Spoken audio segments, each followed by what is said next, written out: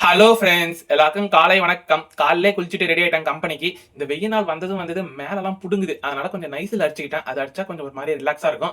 நேத்து கிளவுஸ் வாங்கிட்டு வந்தேன். எதுக்குன்னு பார்த்தீங்கன்னா, நம்ம கொல்லியில வெண்டைக்காய் அறுவடை பண்ண போறோம். அது சொன புடுங்காம இருக்கிறதுக்காக வாங்கிட்டு வந்தேன். காலைல போட்டு பார்த்தேன். நல்லா ஓரளவுக்கு ஃபிட்டிங்கா இருந்தது. எங்க அம்மா கையில புதினா சாதம் கிண்ட சொன்னேன். அவங்க அதை ஏதோ ஒரு மாதிரி வெஜிடபிள் பிரியாணி மாதிரி கிண்டிட்டாங்க. ஆனா நல்லா தான் இருந்தது. எதுவும் தப்பு சொல்றதுக்கு இல்ல. சில பேர்லாம் எனக்கு ஜெர்மன் ஃப்ரெண்டு ஒருத்தர் இருந்தார் இன்ஸ்டாகிராம்ல. அது மாதிரி அம்மா கையில சாப்பிட்றதுலாம் ரொம்ப கொடுத்து வச்சிருக்கணும் அப்படின்னு சொல்லிட்டு சொல்லியிருந்தாரு. அது உண்மைதான். நம்மளுக்கு இங்க அருமை புரியல.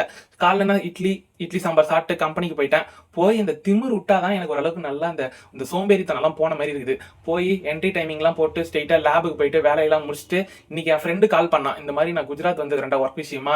இந்த ஒற்றுமை சிலை இருக்குல்ல, அதாவது இந்தியாவின் இரும்பு மனிதர் சர்தார் வல்லபாய் பட்டேல், இந்தியாவோட ரொம்ப லாங், அதாவது பெரிய சிலைன்னு சொல்லிட்டு சொல்லுவாங்க, அங்க குஜராத்ல இருக்குது. அதை வீடியோ எடுத்து அனுப்பியிருந்தான். அப்புறம் நர்மதா ரிவர் எல்லாம் காட்டியிருந்தான். ஆனா தண்ணியே இல்லை. நம்ம ஊரே பரவாயில்ல படுது. வேலையை முடிச்சுட்டு வீட்டுக்கு வரும்போது என்ன ஸ்நாக்ஸ் இருக்குன்னு சொல்லிட்டு தான் யோசிச்சுன்னு வந்தேன். அதுக்கு முன்னாடி நான் உங்க ஒன்று சொன்னோம், இந்த மாதிரி ஹெல்மெட் போட்டுன்னு போங்க. நிறைய பேர் ஹெல்மெட் போடாமே போறாங்க. வீட்டுக்கு வந்தவொடனே செம டயர்டு. கொஞ்ச நேரம் ரிலாக்ஸா இருக்கலாம்னு சொல்லிட்டு கொஞ்ச நேரம் உட்காந்துட்டேன். அப்புறம் அம்மா பலாப்பழம் தந்து கொடுத்தாங்க. ஆனா எனக்கு இந்த பலாப்பழம் பிடிக்கல. ஏன்னு பாத்தீங்கன்னா, எங்க வீட்டுல 3 மரம் இருக்கு. ஒரு மரம் தித்திப்பு இருக்கும், ஒரு மரம் பெருசா இருக்கும், ஒன்னு தித்திப்பே இருக்காது, கலரும் இருக்காது. அந்த மாதிரி ஒரு ரகம். அது என்ன பண்றது, நம்ம இயற்கை. சரி, அப்புறம் சர்பத் வாங்கி கொடுத்தாங்க.